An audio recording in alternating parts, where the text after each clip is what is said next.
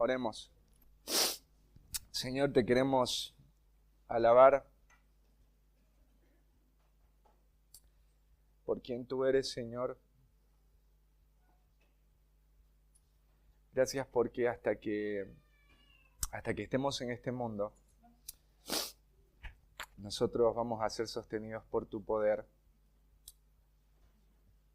Qué extraño y qué maravilloso decir que tú eres nuestro, que tú eres mío y que yo soy tuyo. Señor, gracias por la cruz.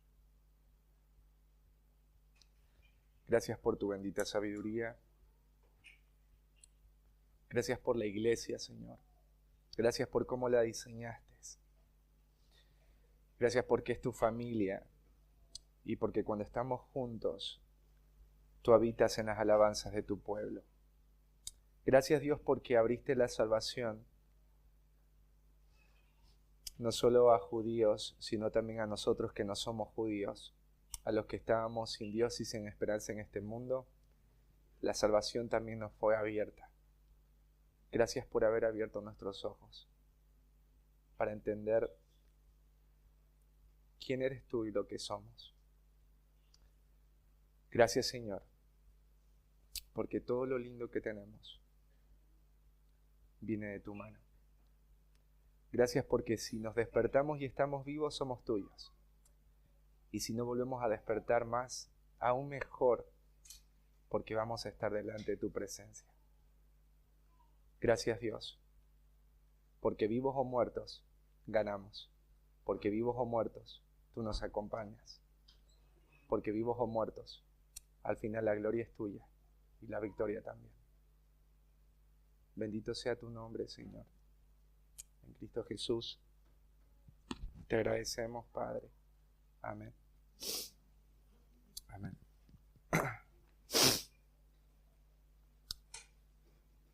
Bueno, vamos a ir a abrir nuestras Biblias en primera a los Corintios. Ahí vamos a abrir en el capítulo 1.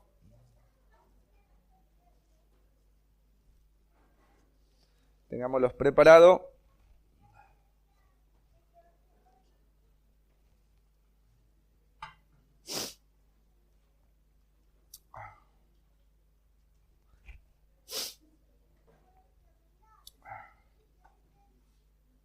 ¿Lo tenemos abierto? Buenísimo. Les quiero hacer una pregunta. ¿Cuánta arena hay en el mundo? Hay muchísima arena en el mundo, ¿no? Muchísima. No sé si algún ser humano habrá llegado a contar cuánta arena hay en el mundo. ¿Y cuánta de esa arena que hay en el mundo, que es muchísima, sirve para dar de comer? Bueno, la arena no se puede comer. O sea, no es alimento. La podés comer, pero no es alimento. No alimenta a nadie. Según los cálculos publicados por Google, a lo largo de la historia se han publicado en el mundo más de 129.000 millones de libros. Según los últimos datos facilitados por la UNESCO, aproximadamente 2,2 millones de libros se publican cada año en el mundo. Es mucho lo que se ha escrito, ¿no es cierto? Mucho. Tantos títulos en todos los idiomas. Gente de todas épocas, ¿no es cierto? De diferentes orígenes. Mucha información. Es mucha la sabiduría humana, ¿no? Imagínate, 120 millones de libros. Cada año se publican 2,2 millones de títulos. Eso es mucha sabiduría humana. Les hago una pregunta. ¿Cuánto de eso le sirve a la Iglesia de Cristo? ¿Cuánta de esa sabiduría puede alimentar espiritualmente y dar crecimiento para transformación a la Iglesia de Cristo? Vuelvo a repetir. ¿Cuánta de esa información, cuánta de esa sabiduría puede servirle a la Iglesia de Cristo para alimentarla, a fin de que la Iglesia de Cristo crezca y sea transformada? ¿Cuánta de esa información? Nada. Absolutamente nada. La iglesia de los Corintios estaba en medio de una cultura y de un sistema de vida en donde había mucha sabiduría circulando por todos los lados. la filosofía era parte de la cultura, así como la carne sería para los argentinos. ¿Sí? La filosofía era muy importante para los que estaban en Corinto. El conocimiento profundo de las cosas, del entorno, de lo que se ve, de lo que no se puede ver, de lo que se puede tocar, de lo que no se puede tocar. La gente tenía hambre por conocer. La gente buscaba llegar a entender las escuelas de pensamiento que estaban regidas o estaban dirigidas por filósofos importantes, que tenían argumentos válidos según su perspectiva, que convencían a través de su forma de hablar, con las palabras que usaban, y la gente se enorgullecía por poder pertenecer a estas escuelas y por seguir a estos tipos de filósofos, de esta gente estudiosa, de esta gente experta. Ustedes saben que los corintios, antes de Cristo, ellos estaban metidos en esa cultura. Ellos estaban en esa corriente. Ellos abrazaban muchas de estas filosofías. Porque estas filosofías no solamente era algo que ellos tenían como para entender lo que estaban viviendo. No solamente a través de estas filosofías ellos interpretaban su mundo, sino que estas filosofías moldeaban todo en su vida. Eran en muchos la razón de ser. Entonces, cuando ellos vienen a Cristo a través de la predicación del Evangelio, era muy posible que muchos de los corintios sigan teniendo, de alguna manera, puesta su confianza, puesta su identidad o su lealtad en filósofos y en estas filosofías. Así que los corintios podían de alguna manera ser tentados a encontrar en la sabiduría del mundo una oportunidad para poder servir mejor al Señor. Una oportunidad para poder crecer más espiritualmente. Y esto podía llevar a los corintios a pervertir y a diluir el mensaje de la cruz que se les había dado. Así que Pablo va a dar razones contundentes de por qué el Evangelio o la palabra de la cruz no debe estar integrada a los métodos filosóficos de este mundo o al conocimiento que la sociedad corintia buscaba tener, exaltar y defender. El título de este mensaje es Sabiduría humana completamente inútil. Escucha bien, sabiduría humana completamente inútil. Todos esos libros, toda esa información que recibes en el mundo, porque nosotros estamos hoy en una sociedad filosófica. Las ideas de pensamiento corren a lo largo y ancho del planeta y ahora cada vez con más fuerzas a causa de la tecnología. Hoy muchas iglesias están tomando la sabiduría humana y mezclándola con el Evangelio. Y en muchas iglesias que ya no están presentando el mensaje puro de la cruz, sino que le han sumado la sabiduría mundana, que es completamente inútil. Así que el apóstol Pablo va a decir a los corintios por qué razón, ¿no es cierto? Él, como dice el versículo 17, pues no me envió Cristo a bautizar, sino a predicar el Evangelio. Este es el llamado de Pablo. Cristo me llamó a algo, a predicar el Evangelio. Dice, no con sabiduría de palabras, no con palabras elocuentes, no con los mismos métodos o medios que estaban utilizando los filosóficos y las escuelas de pensamiento ahí en Corinto. Pablo dice, yo no voy a usar esto para que no se haga vana, para que no se haga hueca, para que no se haga insípida, dice la cruz de Cristo. Así que vamos a estar estudiando hoy 1 Corintios, capítulo 1, versículos del 18 al 25. Así que vamos a leerlo y después vamos a estudiarlo. Porque la palabra de la cruz es locura a los que se pierden, pero a los que se salvan, esto es, a nosotros, es poder de Dios. Pues está escrito, destruiré la sabiduría de los sabios y desecharé el entendimiento de los entendidos. ¿Dónde está el sabio? ¿Dónde está el escriba? ¿Dónde está el disputador de este siglo? ¿No ha enloquecido Dios la sabiduría del mundo? Pues ya que en la sabiduría de Dios, el mundo no conoció a Dios mediante la sabiduría, agradó a Dios salvar a los creyentes por la locura de la predicación. Porque los judíos piden señales y los griegos buscan sabiduría. Pero nosotros predicamos a Cristo crucificado, para los judíos ciertamente tropezadero y para los gentiles locura. Mas para los llamados, así judíos como griegos, Cristo poder de Dios y sabiduría de Dios.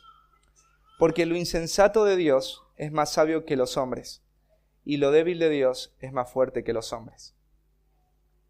Oremos y empecemos.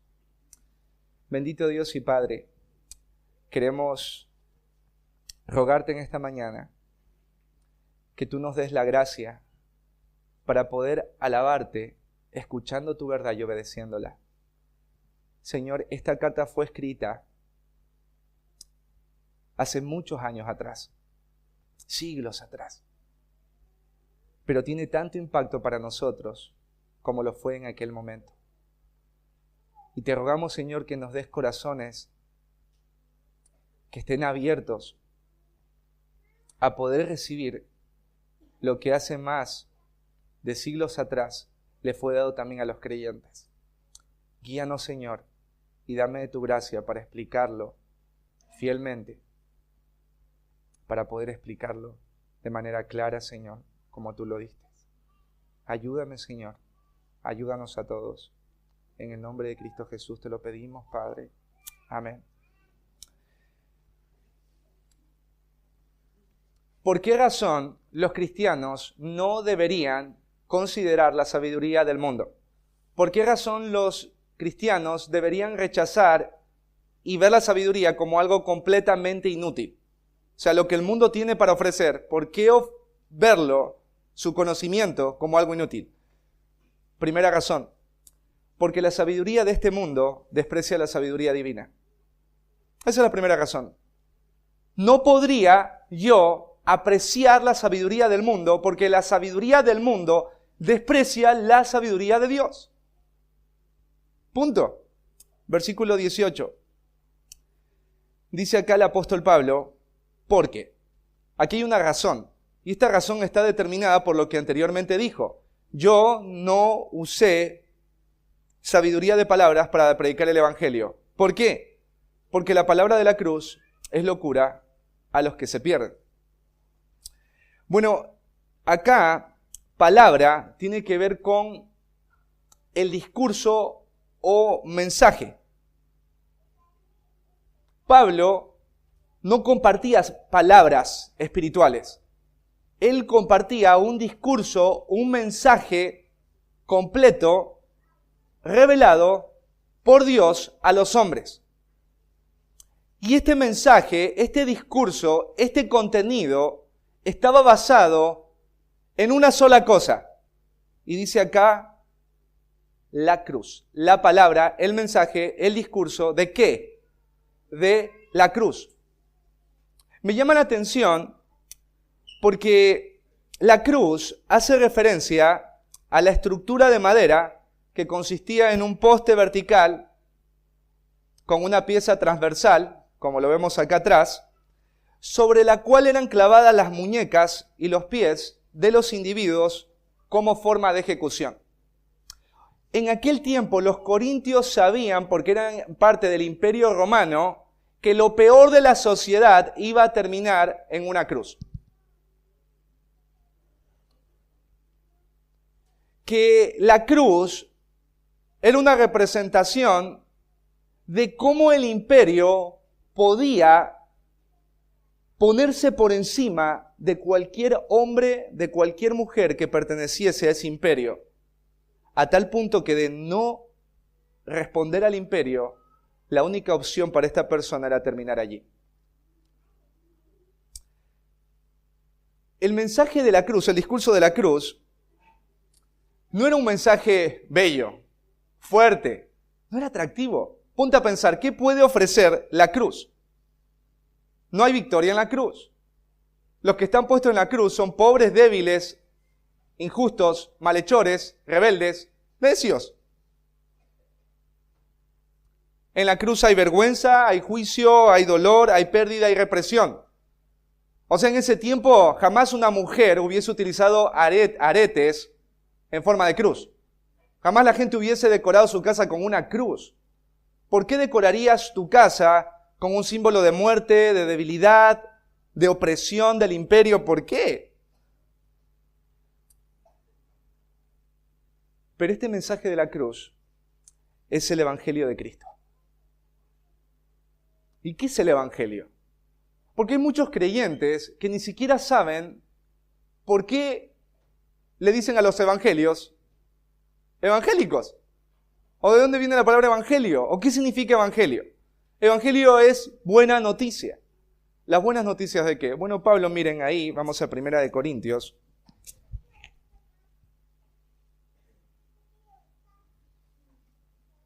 Capítulo 15.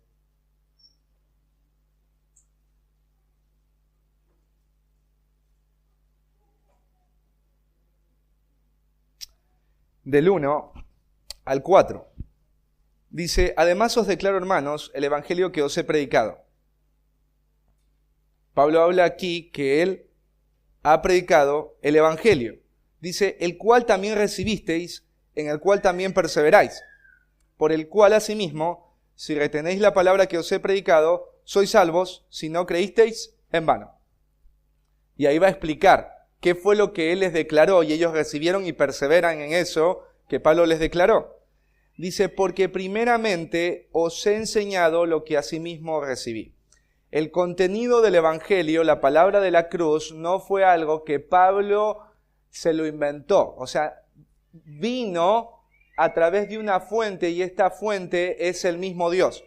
Pablo no es sino el difusor, más no la fuente de esa verdad, de esa palabra de la cruz. ¿Qué fue lo que él recibió?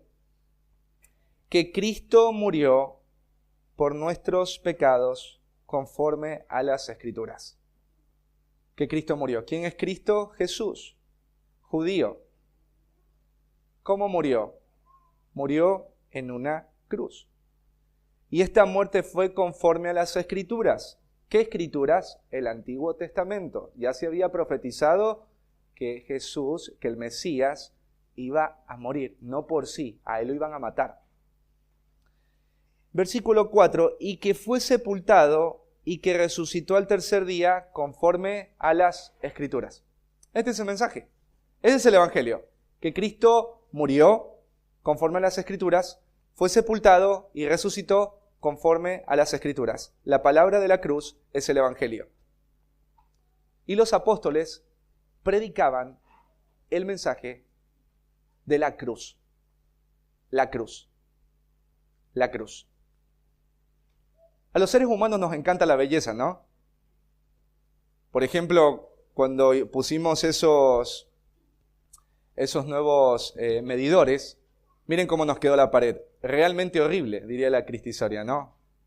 Entonces nosotros queremos tapar eso, porque no nos gusta la fealdad. Imagínate, Dios quiso que el mensaje que transforma vidas esté representado por algo horrible y feo. Y esto feo y horrible es una cruz. Y esto fue lo que Pablo hizo. Predicar el discurso, el mensaje de la cruz. Qué feo este mensaje. Qué poco atractivo, qué débil. Pablo dice, yo lo voy a dar así.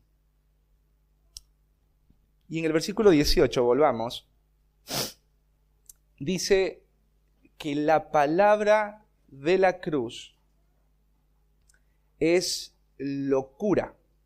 Es locura. La palabra locura tiene que ver con una afirmación o opinión salvajemente equivocada. Una opinión ridícula. Una opinión que no está infundada sobre algo objetivo o válido. Es algo tonto. Sí, es algo tonto. Es locura. Es locura. ¿Para quién este mensaje, el de la cruz, es una locura? a los que se pierden. O sea, el sentido de esto, a los que se pierden, en la forma verbal que Pablo está usando, tiene que ver a los que se están perdiendo. O sea, las personas en el mundo rechazan continuamente la palabra de la cruz. Y esta palabra perderse tiene que ver con destrucción. Las personas que desprecian el mensaje de la cruz viven cada día destruyéndose un poco más. Y esta destrucción va a terminar un día con un juicio. ¿Por qué la gente hoy le gusta, por ejemplo, ver o que le expliquen tantas cosas, pero cuando le hablan de la cruz, se aburren, bostezan, quieren irse, no le encuentran sentido? No es nada agradable hablar de alguien que murió de esa manera. Entonces, este mensaje, las personas del mundo dicen, esto es una locura, es una estupidez pensar que alguien que murió en una cruz y resucitó al tercer día me puede ayudar ahora en los problemas que estoy viviendo. Es imposible pensar que este mensaje pueda darme gozo, pueda darme paz y pueda darme esperanza. Y es interesante porque Pablo dice, estas personas que dicen que esto es locura, se están perdiendo. O sea, cada día estas personas se van marchitando, se van desgastando. Cuando tú ves a una persona que desprecia este mensaje y lo empiezas a ver a lo largo de 10 años, vos ves que esa persona está más envejecida, está más amargada, está con más conflictos, con más problemas, con más heridas, porque sigue despreciando la única palabra que puede salvarlo. ¿Por qué crees tú que tu vida hoy no se ha destruido de la manera que debería haberse destruido? ¿Por qué tú no te estás marchitando como otros se marchitan? Porque Pablo después agrega esto, pero a los que se salvan, a los que se están salvando, esto es a nosotros, es poder de Dios. Nuestra salvación, queridos hermanos, está reflejada en 3 tiempos. Nosotros fuimos salvados de nuestros pecados, estamos siendo salvados de nuestros pecados y vamos a ser completamente salvados de la presencia del pecado en nuestras vidas. ¿Por qué razón hay personas que se están salvando? Porque hay personas que han encontrado en la palabra de la cruz la única respuesta para sus vidas. No hay otra cosa. No hay otra cosa, no hay otra verdad para poder salir de mi crisis, de mi herida, de mi problema.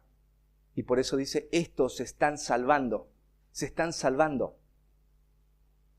Tú hoy te estás salvando. Hoy Cristo está obrando en tu vida. Si Cristo no estuviera obrando, porque esta palabra de la cruz sigue obrando ahora en tu vida, tú estarías perdido y estarías yéndote al infierno. Y dice, para aquellos que estamos siendo salvados, Pablo le dice a los corintios, es poder de Dios. Es poder de Dios. Bueno, esta palabra poder es la palabra dínamo. Y esta palabra tiene que ver con una fuerza dinámica de poder continuo. Una fuerza continua de poder. Pero es una fuerza y poder continuo que viene directamente de parte de Dios. Es un poder que no acaba. Este poder provee de fuerza, provee de habilidad y provee de todo recurso que el ser humano débil y pecador necesita para poder enfrentar la vida y para poder caminar en este mundo hostil. Pablo dice, ese mensaje de la cruz es el poder que salva de Dios a los hombres débiles y que están muriendo. Solo la palabra de la cruz. O sea, que si el hombre quisiera decir, quiero el poder de Dios, ¿a dónde debería ir el hombre? Debería ir a la cruz y al mensaje que la cruz comunica. Porque ese poder de la cruz es el recurso divino de Dios que continuamente salva y rescata al ser humano débil, perdido, herido y en caos. La palabra de la cruz.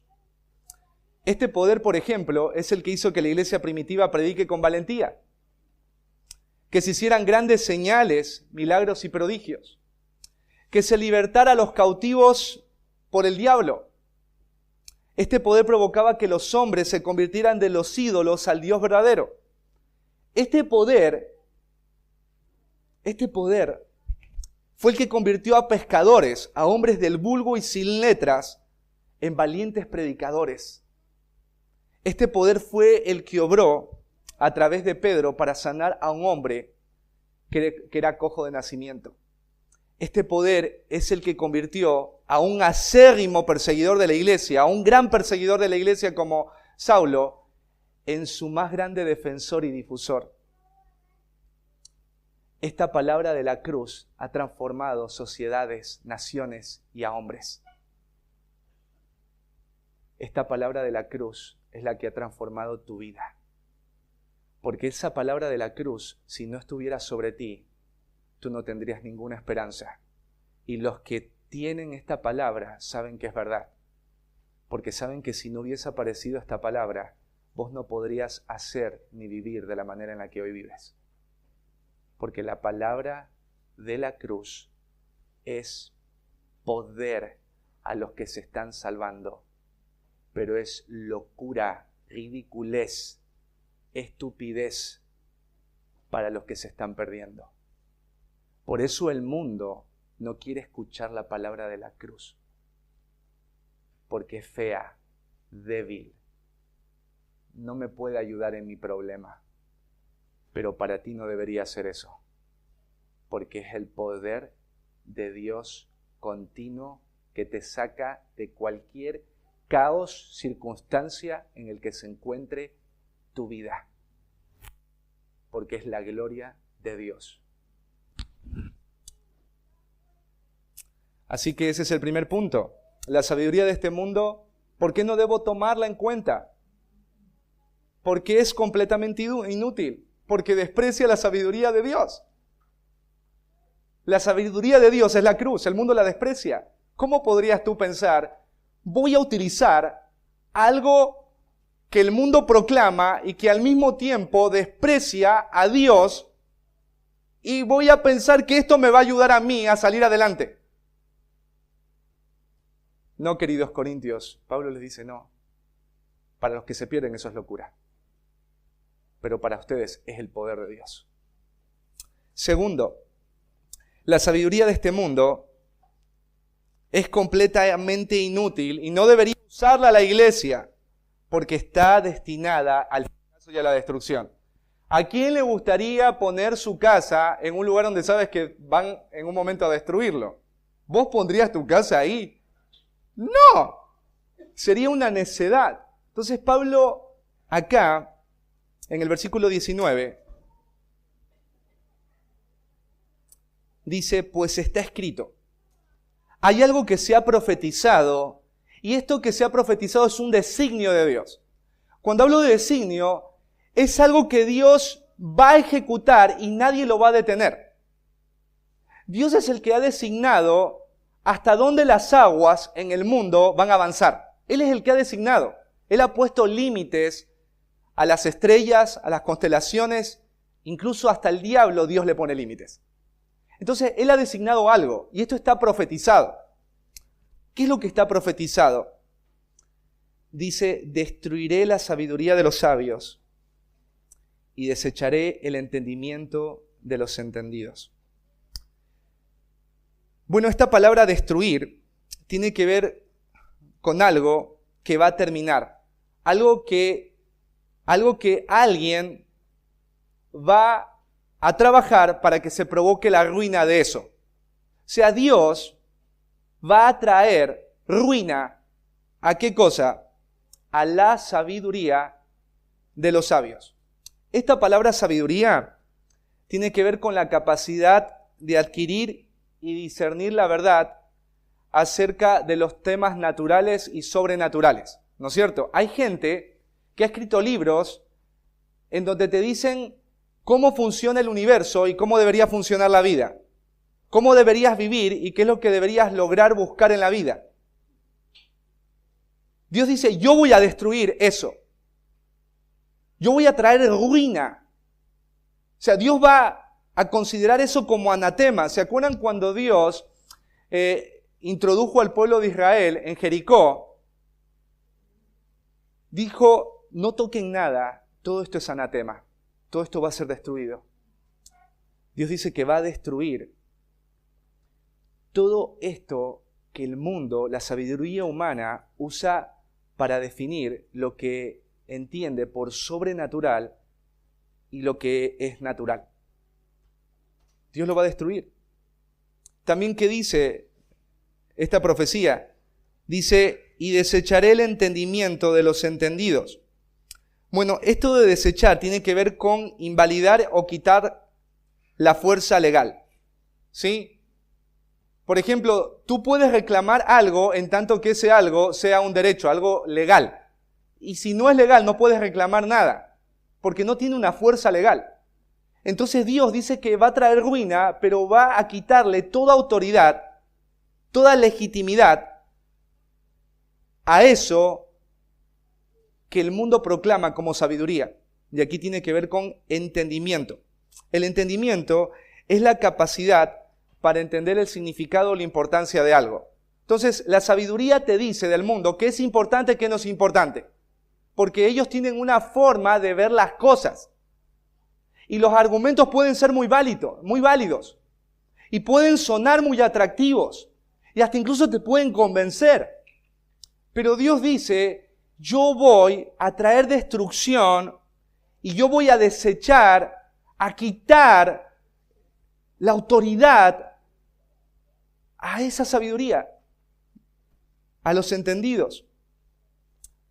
Los entendidos son estas personas que tienen una comprensión profunda acerca de un tema. ¿No es cierto? Dice, yo voy a destruirla. Yo la voy a desechar. Esto no va a ser más. ¿Sabes? Desde que el hombre cayó en pecado, ha buscado sin la ayuda de Dios interpretar las cosas. El hombre fuera de Dios ha buscado interpretar, por ejemplo, las cosas que están fuera de él, las cosas que están dentro de él, las que el hombre puede tocar, las que el hombre no puede tocar. El hombre vive interpretando. Y por eso hay muchos libros de gente que interpreta la realidad, lo que existe, lo que no existe, lo que es, lo que debería ser, lo que es un problema, lo que no es un problema, cómo debes responder, cómo no debes responder. Y Dios dice, yo voy a destruir esto, yo lo voy a desechar. No sirve, es inútil, es inútil.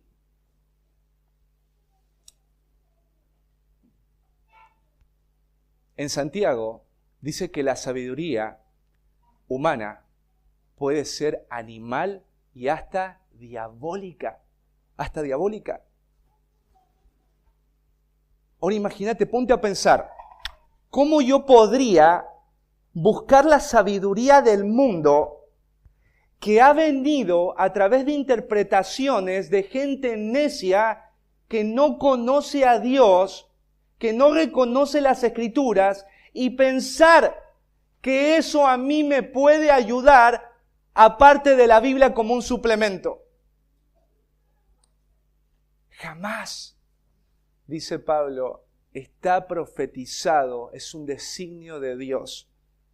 Destruiré la sabiduría de los sabios y desecharé el entendimiento de los entendidos. Hoy me ponía a pensar, hoy hay cientos de iglesias, y cada vez es más fuerte, el ingreso de la psicología y la psiquiatría en la vida de la iglesia. Y ojalá Dios guarde esta iglesia. Y ojalá ustedes estén tan convencidos de la palabra de la cruz que consideren la psicología y la psiquiatría como algo inútil. No sirve para nada. Y sabes que yo estuve investigando cuáles son las ideas o los postulados de la psicología y que están ingresando a las iglesias. Y las iglesias los toman. Pastores y ministros están uniendo sabiduría humana con la sabiduría divina en lo que se conoce como integracionismo. Tomamos lo mejor de los hombres y lo mejor de Dios y lo fusionamos.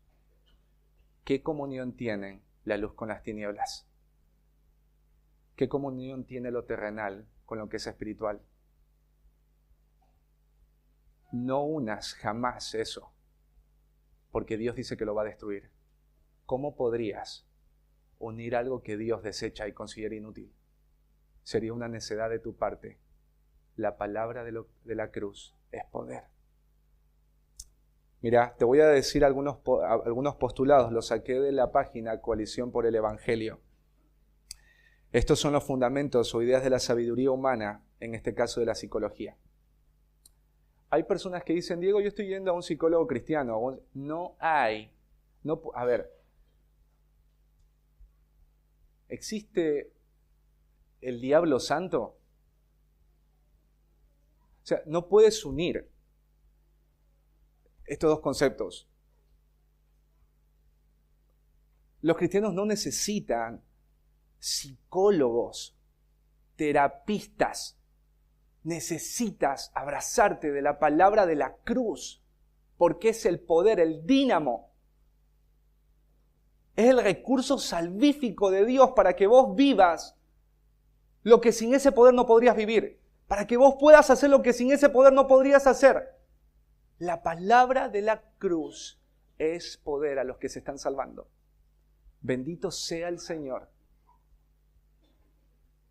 Porque no necesitamos más. ¿Qué dice la psicología? Asumen que la naturaleza humana es básicamente buena o no aceptan de que tenga una inclinación natural hacia el mal. Estos son postulados psicológicos. Hay terapistas cristianos que miran así. O sea, piensan que la naturaleza humana, imagínate, es básicamente buena. Cuando la Biblia afirma que hemos sido concebidos en pecado y nacemos ya siendo pecadores. O sea, nacemos con corrupción.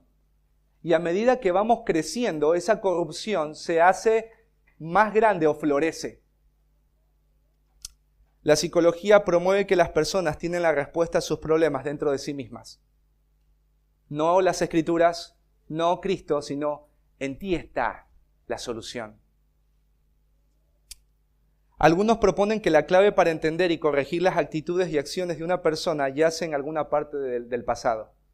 Entonces la psicología empieza a ir a tu pasado y te dicen que hay cosas en tu pasado que tienen que arreglarse o ponerse en el estado donde deberían ponerse, porque cuando estén en ese estado, al corregirse, tu presente va a cambiar. Inútil y diabólica sabiduría que lleva a los hombres a no poner su responsabilidad en sí mismos y en su condición pecaminosa y la ponen en el pasado. Qué inútil, qué inútil. Indican que los problemas de los individuos son el resultado de lo que alguien les ha hecho. Hay personas en terapias, ¿sabes qué? Esta persona es la que a vos te resta, aléjate. Esta persona, tú eres así porque esa persona te trató de esta manera. No, usted y yo somos hermanos, lo que nosotros decidimos ser por nuestro pecado. Todos los que estamos acá hemos sido heridos de niños de diferentes formas, por nuestros padres, por nuestros tíos, por nuestros amigos. Pero eso jamás determinó lo que vos sos. Lo que vos sos está determinado por tu condición y es tu pecado, hermano, es mi pecado. Pero la psicología se apoya en esto. Estábamos escribiendo con mi esposa alguien y decía, el psicólogo me dijo que no me acerque más a esta persona porque es tóxica para mi vida. ¿Te das cuenta? Suena lindo, y claro, le suena lindo a la carne, pero no es el poder de Dios. asumen que la palabra de Dios no tiene nada que ofrecer para los problemas profundamente arraigados y que solo los puede resolver un profesional mediante el uso de terapia. Sí, está bien, el pastor te puede ayudar y te puede dar algunos versículos, pero no puede profundamente llegar a la raíz del problema. ¿Qué, hermano? Imagínate pensar esto, que la Biblia, que dice que toda la escritura es inspirada de Dios y útil, la Biblia dice que es cortante como una espada de doble filo que penetra hasta lo más profundo. La psicología dice que puede, pero hasta un cierto punto. Pero para que vos resuelvas el problema que tienes en tu corazón necesitas terapia a través de un profesional. Un profesional que se apoya en pensamientos de hombres que negaban la existencia de Dios y que niegan las Escrituras. Quiero también mencionar, y Dios sabe que Dios es testigo de lo que estoy diciendo. Yo no estoy diciendo este mensaje por nada ni nadie, es lo que hoy tuve que predicar. Y les estoy contando lo que es una realidad en la iglesia hoy del mundo. Si quieres puedes meterte a Google. Así que si yo digo esto, no lo digo por ti. Si tú lo estás haciendo, obviamente eres llamado como los corintios a no apoyarse en esa sabiduría. ¿Qué más dicen los postulados psicológicos? Promueven que la guía cristocéntrica de las Escrituras, la oración y el Espíritu Santo son recursos inadecuados y simplistas para solucionar ciertos problemas. Entonces la psicología dice, bueno, vas a la iglesia, sí, oras, lees la Biblia, sí. ¿Y por qué seguís así? Bueno, porque eso solamente puede ayudarte en el espíritu, pero no puede hacer algo en tu alma. Nosotros tenemos una parte material y una parte inmaterial. Todo lo que pasa en tu mundo físico es el resultado de lo que no se puede ver en ti, y es la parte inmaterial. Tu alma y tu espíritu, tu mente. Tu mente, dice Colosenses, que nuestra mente era enemiga de Dios. Entonces, cuando Cristo viene, ¿a dónde viene Cristo? A esa mente que era enemiga. Y como Cristo viene a esa mente que era enemiga, con el poder a través del Espíritu Santo, ¿qué cambia Cristo? Cambia la mente. Y como cambia la mente, cambia la parte inmaterial, entonces empieza a cambiar ¿qué cosa? Lo material, cambia tu vida. Entonces la psicología no piensa que vos necesitas las Escrituras, la oración, la confesión de pecado, el huir de las pasiones. No te puede ayudar, necesitas terapia. No necesitas creer el poder de la cruz. Dice, sus metas están definidas por los deseos de la sociedad, no lo que honra al Creador. En sentido general, la psicología secular no define metas más allá de cambios observables en la conducta. O sea, la psicología dice esto. Si lo que haces no le hace daño a otros y te hace feliz a ti, hacelo. Te lo dicen con palabras agradables, vos te comes el cuento y obviamente a la carne, ¿qué le gusta? La comodidad de ser feliz. Entonces cuando vas a hablar con alguien que está parado sobre estos fundamentos, sobre esta sabiduría, lo que te va a llevar no es a que vos cambies tu corazón, sino tu conducta. Entonces te dicen, si esto te está afectando a ti o a otros, cámbialo. O si tú estás viendo, por ejemplo, esto, no lo veas cuando esta persona esté presente, pero cuando no esté presente, seguilo haciendo. Entonces los cambios no están promovidos por la inspiración divina de lo que le agrada a Dios, sino de lo que la sociedad define como algo malo. O lo que la sociedad ve como algo bueno. Si es bueno, hacelo, porque la sociedad busca que vos seas así. Entonces, ¿qué dice Pablo? Versículo 20. ¿Dónde está el sabio? ¿Dónde está el escriba? ¿Dónde está el disputador de este siglo? Estas preguntas de Pablo están relacionadas a lo que él ha dicho.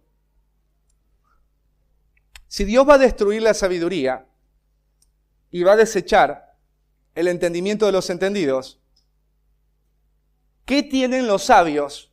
¿Qué tienen los escribas? ¿Qué tienen, en este caso, los disputadores para compartir, declarar? No tienen nada. ¿Dónde están? ¿Qué son los sabios? Es una persona caracterizada por tener conocimiento profundo. Eso es un sabio. Estas personas en los tiempos de Pablo eran los que enseñaban el nuevo saber. La literatura, la ciencia, la filosofía y especialmente la oratoria. Eran los sabios. Tenían conocimiento profundo. ¿Quiénes eran los escribas? Los escribas eran personas educadas o letradas que eran capaces de leer y escribir. Y estas personas, como tenían esa capacidad, podían interpretar textos, porque ellos los transcribían y ellos los leían. Entonces, si ellos leían y transcribían los textos, entonces podían dar interpretación de algo. Y el disputador es un polemista. O sea, yo sé que por ahí nosotros no utilizamos esto, pero sería alguien que tiene argumentos, fundamentos para poder debatir una idea y ganarla. Como vemos en la televisión. ¿Sí? O sea, tú paras a un disputador, hay una idea, dice, esto es blanco o negro. Entonces esta persona disputadora dice, mira, eso es color blanco por esto, esto, y empieza a dar datos, y empieza a dar evidencias y gana el argumento. Entonces Pablo define que estas personas en donde la gente acostumbra a buscar entendimiento, sabiduría, no tienen nada para ofrecer. ¿Dónde están? ¿De qué sirven? ¿De qué sirve el conocimiento del sabio? ¿De qué sirve el argumento del disputador? ¿De qué sirve la interpretación del escriba? No sirve de nada, es sabiduría humana. Y ahí aparece la cuarta pregunta. ¿No ha enloquecido Dios la sabiduría del mundo? Pablo dice, ¿por qué no sirve esto? Porque Dios la ha hecho inútil. Sí, insípida, ya no sirve más para nada. ¿Viste la hierba cuando ya cuando al mate ya pusiste agua? Y ya la hierba no da ningún sabor, ¿qué tienes que hacer? Tirarla. Para abono quizás. No sé, algunos harán algo, ¿no es cierto?, con eso. Pero ya no la seguís tomando. Porque ya no tiene sabor. Ya no sirve para nada. Tirala. Cuando vos le das a alguien un mate lavado, te dice, realmente horrible el mate. No me sirvas más. No tiene sabor. No sabe a nada. Tíralo. Pablo dice, Dios ha hecho inútil, inservible, insípida la sabiduría de los hombres. No la busquen. La palabra de la cruz es poder. El recurso de Dios que la iglesia tiene continua, generosamente de parte del cielo para cualquier herida, problema, contexto, es poder de Dios. No hay otra cosa. No hay otra cosa. Así que vemos el tercer punto. ¿Por qué la sabiduría de este mundo es inútil? Es impotente. ¿Por qué no debería la iglesia tomarla en cuenta? Bueno, por eso, porque la sabiduría de este mundo no solamente no debo tomarla en cuenta porque esta sabiduría no toma en cuenta a Dios, no solamente porque esta sabiduría va a ser destruida, Dios la va a desestimar, sino porque es inútil e impotente. O sea, es inútil e impotente. ¿Por qué tú comprarías algo que no te va a ayudar en nada? Sería necedad que vos compres algo que no te va a servir para nada. Entonces Pablo dice, esta sabiduría es inútil e impotente. Mirá ahí en el versículo 21. Pues ya que en la sabiduría de Dios, el mundo no conoció a Dios mediante la sabiduría. Mira, Dios tiene conocimiento, pero el conocimiento de Dios es perfecto, es pleno, perfecto. El conocimiento de Dios no necesita cambios. O sea, Dios jamás va a decir, ¿sabes qué? en 1900 yo dije algo y eso no debí de haberlo puesto. No, hermanos. Todo lo que Dios ha determinado y ha definido siempre va a ser bueno y bueno en gran manera. Entonces, cuando Dios entendió algo con respecto a la sabiduría del mundo, es que la sabiduría del mundo es inútil. ¿Por qué es inútil e impotente la sabiduría del mundo? Porque dice ahí que en la sabiduría de Dios, Dios no determinó que a través de la sabiduría del mundo, el mundo conociera a Dios. O sea, Dios no quiso que a través de los sabios, de los disputadores, de los escribas, de estas escuelas de pensamiento, el hombre pueda conocer a Dios. Dios definió que fuese así. Entonces, Dios dice, ¿por qué es inútil la sabiduría humana? Porque la sabiduría humana no puede ayudarte a entender quién yo soy. No puede ayudarte a entender acerca de lo eterno. Tú no puedes, a través de la sabiduría, acercarte a mí. No puedes pretender nada de la sabiduría humana que pueda darte lo que yo solamente puedo darte, porque lo que tú necesitas no te lo puede dar la sabiduría, porque lo que necesitas tú soy yo. Lo que necesitas tú soy yo.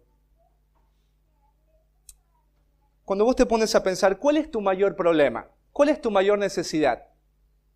Porque todos los que estamos aquí tenemos necesidades, ¿no es cierto? Pero ¿cuál es tu mayor necesidad?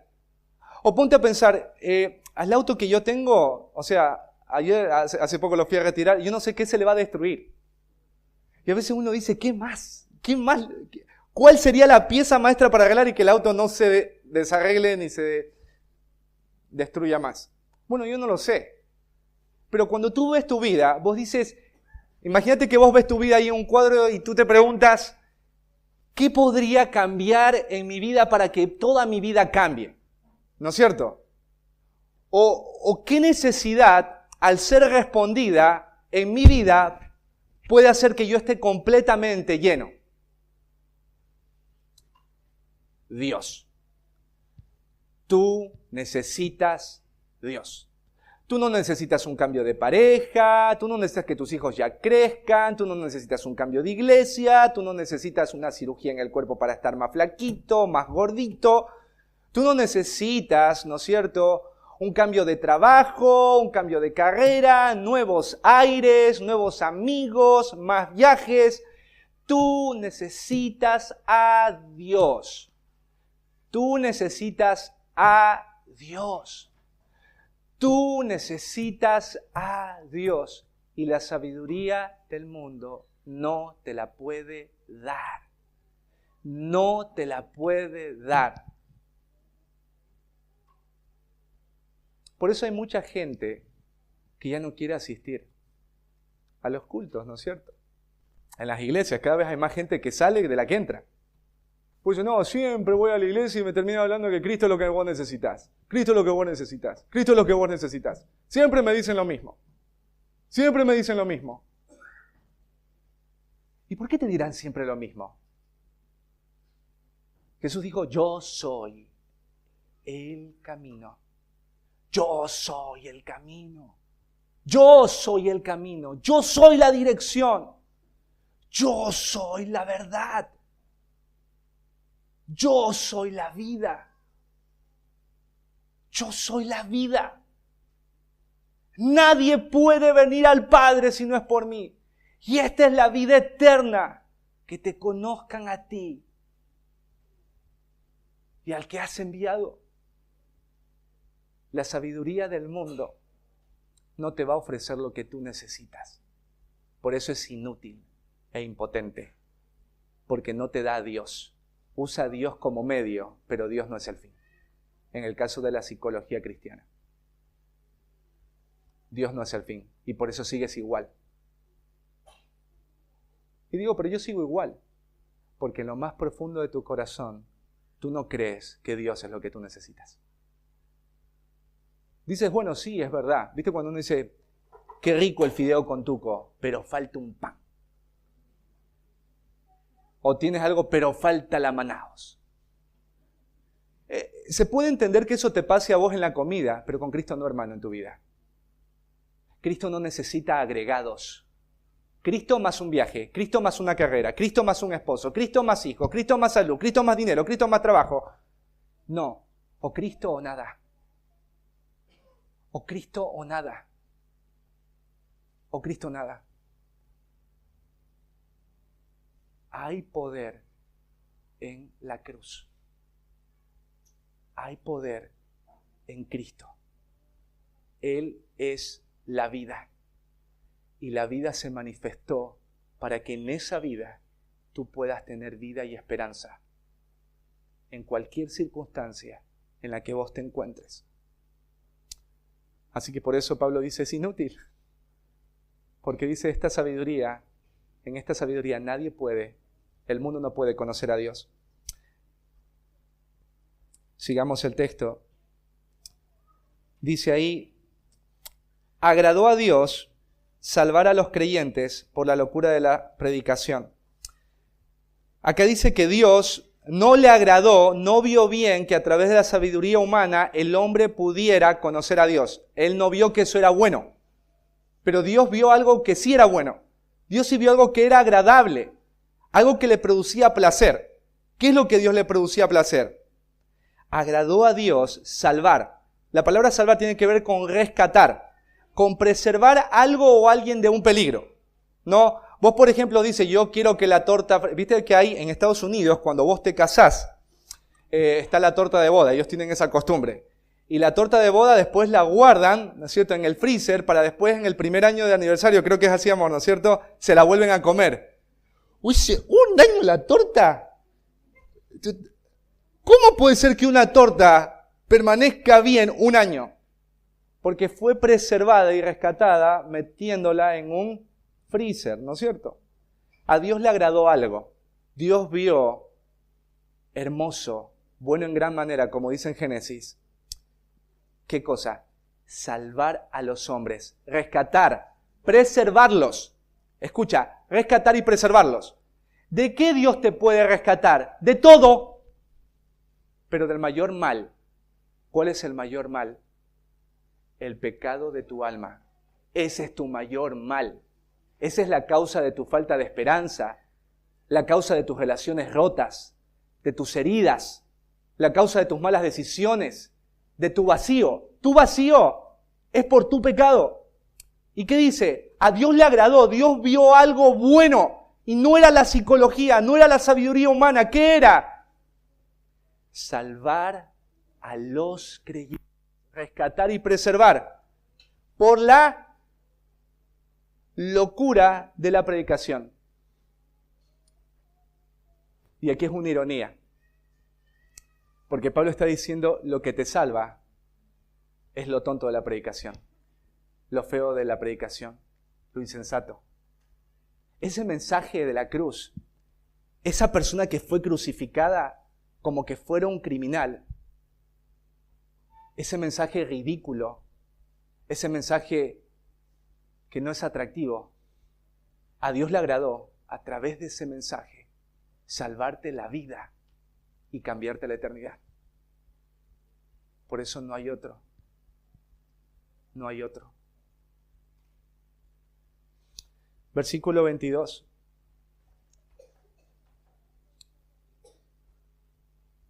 Hay personas que no reciben este mensaje de la cruz. Y va a mencionar los dos grupos de personas acá. Y tiene que ver con los judíos y los griegos. ¿No es cierto? ¿Qué buscan los judíos? Piden señales. Y los griegos buscan sabiduría. ¿Por qué este mensaje tonto, insípido, sin atractivo, loco, no tiene sentido? Porque hay gente que lo desprecia. Bueno, en el caso de los judíos, piensan que este mensaje de la cruz no está bien porque ellos piden señales. Imagínate a un judío cuando vos le dices que el Mesías que va a venir a libertarlo de su mayor opresor es alguien que fue crucificado en una cruz, cuando ellos en su ley dicen, maldito todo aquel que fuere colgado en un madero. Ellos esperaban a un Mesías que venga con poder político y militar. Alguien que venga en un caballo, ¿no es cierto?, de guerra y haga caer truenos y destruya de un soplo a todo el imperio romano. Alguien que venga como un rey a dictaminar, como un león rugiente, a ordenar, a masacrar. Pero ven ahí, este es el rey de los judíos. El siervo, el hijo de un carpintero, el que nació en Belén, el que estaba rodeado de pescadores, de rameras, de ladrones, el que vino a lavar pies. Él no puede ser el Mesías. Él no puede ser una respuesta a mi vida. No tiene sentido este mensaje. No lo quiero. Pero dice que los griegos rechazan este mensaje porque dicen que es, ¿qué cosa? Porque dicen que ellos buscan sabiduría. Los griegos son curiosos. Ellos quieren tener conocimiento para poder debatir. Y a través de ese debate ganar ese debate y enorgullecerse por esas ideas que ellos sacan. Ellos tienen idea en cuanto a cómo debería ser la divinidad. Ellos tienen ideas en cuanto a la materia. Mira, aquí yo estuve viendo en uno de los comentarios, ¿no es cierto? Celso, un filósofo griego del siglo II, que hizo carrera atacando al cristianismo, escribió: Dios es bueno, bello y feliz. Y en Él está lo que es mejor y más bello. Si entonces desciende al hombre, eso involucra un cambio para él, un cambio de bueno a malo, de bello a feo, de felicidad a infelicidad, de lo que es mejor a lo peor. Dios nunca aceptaría semejante cambio. Pero ahí en Filipenses dice que Dios se despojó a sí mismo y se hizo hombre y tomó forma de siervo y murió muerte de cruz. Entonces imagínate la filosofía, dice, si Dios hiciera eso, si hiciera feo, débil, no, eso no puede ser una respuesta a mi vida. Había una escuela de pensamiento también que señalaba que la materia es inherentemente mala y que el espíritu era puro. ¿Cómo podría en esta idea concebirse que Dios se haya hecho hombre? Es una locura. Es una locura. Que Dios se haya hecho hombre y en su carne haya cargado el pecado de todos los hombres. Es una locura. Y dice ahí, versículo 23, pero nosotros predicamos a Cristo crucificado. Para los judíos ciertamente tropezadero y para los gentiles esto es una locura. ¿Qué le provoca a los judíos este mensaje? Es una ofensa. Es una ofensa. Ellos se ofenden con este mensaje. No, Él no es nuestro Mesías. Él no es nuestro Salvador. Ese mensaje no. Por eso lo menosprecian, lo atacan y lo dejan de lado. Para los griegos es una locura, es una insensatez, es algo ridículamente tonto pensar que ese que fue crucificado por el Imperio Romano es el Salvador de todos los hombres y la esperanza de gloria. Pero Pablo dice, pero nosotros predicamos a un Salvador que fue crucificado. ¿Por qué predicarías un mensaje en una cultura en donde la cruz es inservible y es un símbolo de muerte y vergüenza para anunciar la esperanza? Pablo dice, es la sabiduría de Dios. Y los que encuentran belleza en esa sabiduría, encuentran lo bello de la salvación en el Salvador, que los amó hasta la muerte y muerte de cruz. ¿Por qué predican? En el versículo 24 dice, más para los llamados. Antes de la fundación del mundo, Dios ya determinó quiénes iban a ser salvados. Y aquellos que Él predestinó que iban a ser salvados, Él los llamó, los convocó. O sea, tú estás acá porque ese mensaje de la cruz cautivó tu vida. Hoy hay muchos en las iglesias que predican de Jesús, pero te hablan del Jesús que quiere prosperarte, el Jesús que quiere darte, el Jesús que quiere hacer salir la bestia que tienes dentro, que es hábil, que es soñadora. Y ese Jesús lo quieren abrazar. Pero no predican a Cristo y a Cristo crucificado. Porque cuando predicas a Cristo crucificado, a tu carne le va a ofender. Porque para que tú seas salvo, alguien tuvo que morir por ti. Estabas tan corrompido y tan muerto en tu maldad que la única esperanza era que alguien bendito tome tu lugar. La cruz no da lugar al orgullo, lo aniquila. La cruz, el Cristo crucificado te dice: no puedes hacer nada por ti. Si tú no vienes a mí, estás condenado. Tú no tienes nada bueno en ti. Tú no tienes nada para ofrecer. Tú eres vil, débil y pequeño. Por eso predicamos a Cristo crucificado, porque la cruz es ofensiva a tu carne. Pero a los que son llamados por Dios y han sido predestinados, dice Pablo, Cristo es poder de Dios y sabiduría de Dios. Todo el poder que una persona necesita y todo el conocimiento que una persona necesita está en un solo lugar. Es Cristo. ¿Qué hago si tengo, Diego, luchas con el alcohol? Cristo, poder de Dios y sabiduría de Dios. ¿Cómo hago para ser mamá? ¿Cómo hago para ser papá? Dime, ¿qué te cuesta en la vida cristiana? Dime que no puedes. Cristo es poder de Dios y sabiduría de Dios. En Él están los tesoros, dice la Biblia en Colosenses, de la sabiduría, del poder. No sé con qué estés luchando. Cristo crucificado es tu esperanza. No hay otra. La sabiduría, la psicología no te van a poder ayudar. Porque Dios no quiso que a través de la sabiduría tú le conozcas. Él quiso que a través de un hombre que es Dios y que fue crucificado, tú puedas conocer el poder y la sabiduría de Dios, para gloria y alabanza de su nombre. Y después Pablo mira cómo cierra en el versículo 25. Porque lo insensato de Dios es más sabio que los hombres, y lo débil de Dios es más fuerte que los hombres. Yo me ponía a pensar, insensato, ¿sabes lo que significa necio, tonto o absurdo? ¿Dios tiene algo necio, tonto o absurdo? Y después habla de lo débil de Dios. Lo débil tiene que ver con algo frágil, algo pequeño, débil. ¿Dios tiene algo tonto, frágil y pequeño? No. Sino que la gente dice, esa cruz, ese mensaje es pequeño, tonto, débil.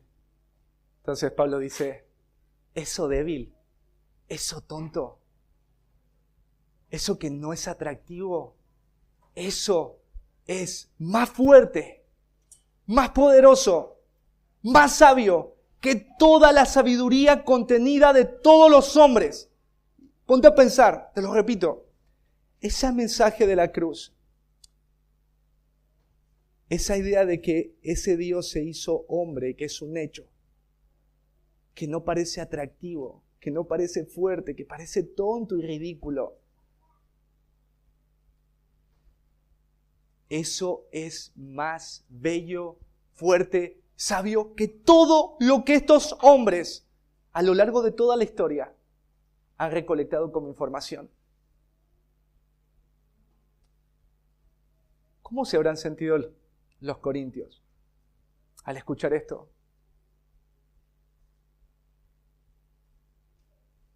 ¿Qué habrá pasado por sus mentes? No lo sabemos. Pero sí sabemos que Pablo está argumentando algo.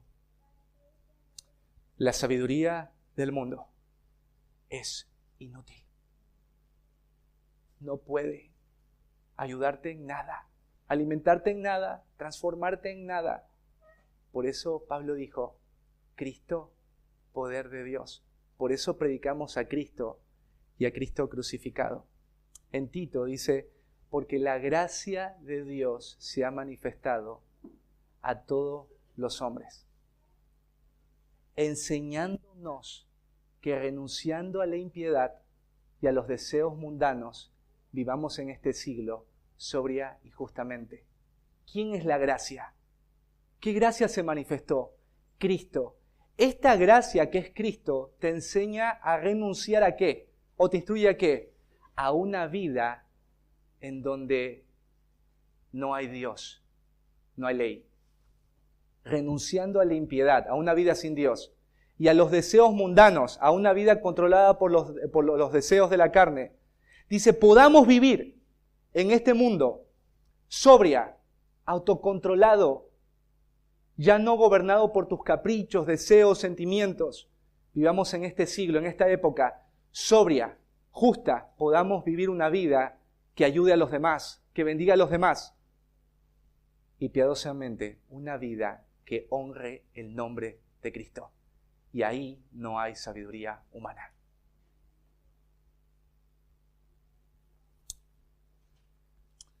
Conclusión. La sabiduría humana no debe ser tomada en cuenta, usada dentro de la iglesia, por ningún motivo. Por ningún motivo. Yo siempre me ando despidiendo, hermanos. Yo no sé cuánto tiempo me quede. Pero te digo algo.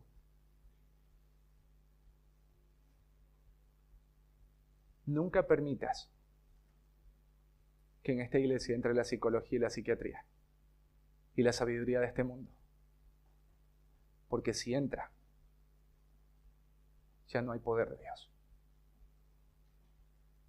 Ya no hay esperanza. Por eso predicamos a Cristo y a Cristo crucificado. Ella no debe ser un motivo de orgullo para ningún creyente. Es inútil, impotente. Está destinada a la destrucción y es contraria a Dios. No debo mezclar la sabiduría humana con la sabiduría divina. Las dos no pueden convivir juntas. No puedo pretender integrarlas a mi vida como creyente. No busques psicólogos cristianos. No te ampares en libros de autoayuda. No busques nada que no sea a Cristo y a Cristo crucificado, la verdad del Evangelio. No debes interpretar tu realidad interna o externa basada en tu sabiduría humana, porque puede ser que tú no leas libros o que no estés buscando libros de autoayuda o psicología cristiana, pero cuando vos determinas tu vida te guías por tu propio corazón, y cuando te guías por tu propio corazón entonces te estás apoyando en tu sabiduría que puede llegar a ser animal y hasta diabólica, porque puede ser avivada por el mismo diablo, porque Satanás puede influenciar a los creyentes. Tu interpretación de la vida, hermano, tiene que ser las Escrituras.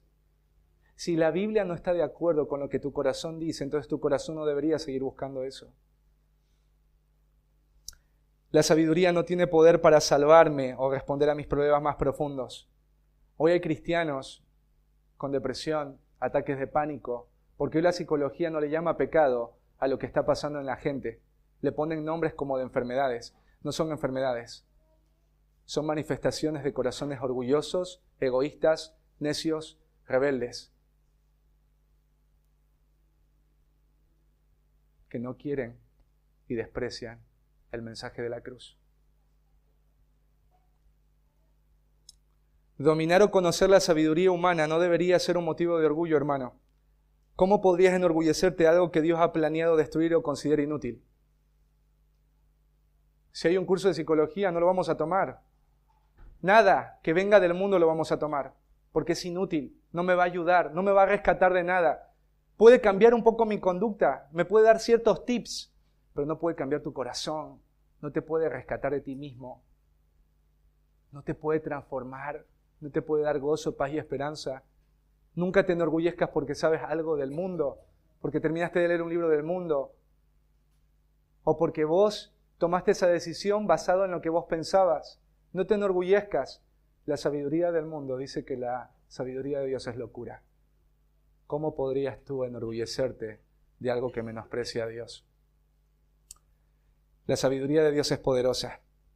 Esa sabiduría está en la cruz. Y esa es la única sabiduría que podría sacarte de cualquier circunstancia o crisis interna que tengas. ¿Qué problema tienes? ¿Qué problema hay en tu familia? Sé como Pablo y di, porque nosotros predicamos a Cristo y a Cristo crucificado. Porque Cristo crucificado es poder de Dios. Cuando tú vas a una farmacia, hay diferentes medicamentos. Y vas con una receta porque tienes una determinada enfermedad. Entonces, cuando vas a la farmacia, la farmacéutica ve y dice, toma, pero no te puede dar una receta, una medicina diferente a la que te dio, porque hay una receta. Cuando tú ves a una persona que tiene problemas, no importa qué problema tenga. Si la iglesia fuera una farmacia, solo tenemos un frasco. Y ese frasco dice, Cristo crucificado. ¿Crees en esto?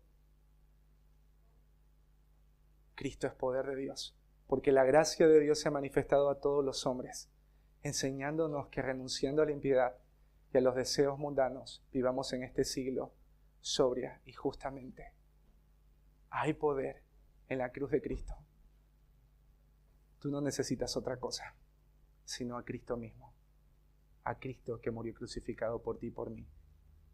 Bendito sea, Señor. Oremos. Pongámonos de pie.